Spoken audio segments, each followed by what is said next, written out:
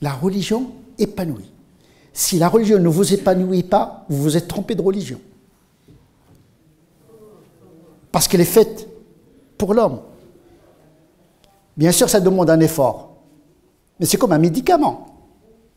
La prière est un soin. On est contaminé par les virus des péchés, par les virus existentiels. On est tous malades. Mais c'est la prière qui répare. C'est un vaccin 5 fois la journée. C'est pas Pfizer, mais c'est un vaccin spirituel contre les virus des djinns, shayatin, le nefs, etc., etc. C'est un vaccin, c'est un soin pour aider l'homme à se réaliser dans les attributs de Dieu. Vous croyez qu'on vous a créé comme ça en vain?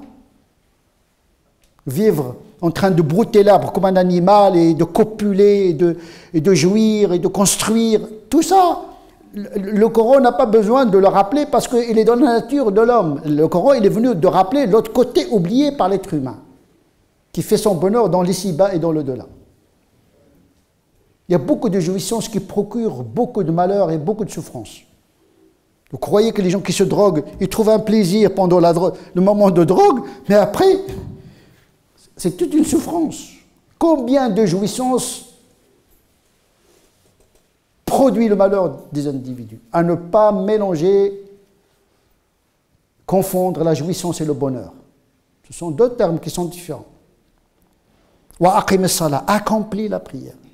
Parce que c'est de cet accomplissement dont dépendra ta religiosité, ton islamité.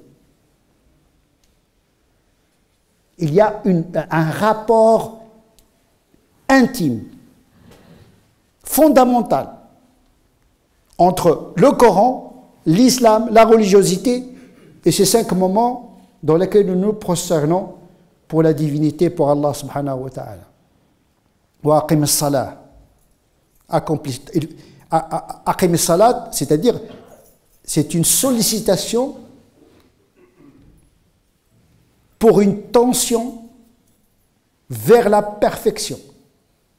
Sachant que la perfection n'est pas de ce monde. L'essentiel, c'est d'avoir le souci d'accomplir.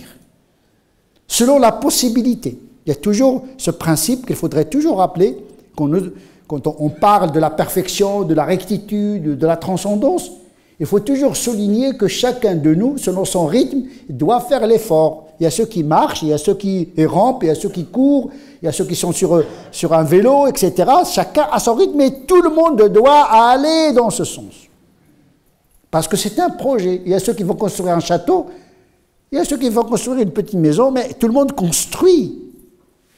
Tout le monde doit avoir une maison, en principe.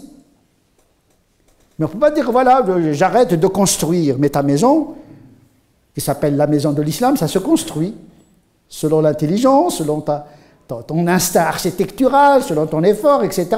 Il faut un déploiement. Si le musulman ne se déploie pas, donc il a quitté le champ de bataille, il a déserté. Tant que tu es dans le combat, tu es gagnant. Ce que Dieu veut, c'est le combat. Combattre l'ego, la bassesse. Il ne demande pas la victoire. La victoire vient de Dieu, mais le combat t'incombe. Il n'y a pas d'obligation de résultat, mais il y a une obligation d'effort. Accomplis la prière. Pourquoi? Il souligne le pourquoi, puisque Dieu ne commande pas le dérisoire, ne commande pas l'absurde. Sa fonction, c'est d'interdire l'excès, l'abus et le munkar, ce qui n'est pas convenable. Tout simplement, la prière interdit de faire le mal.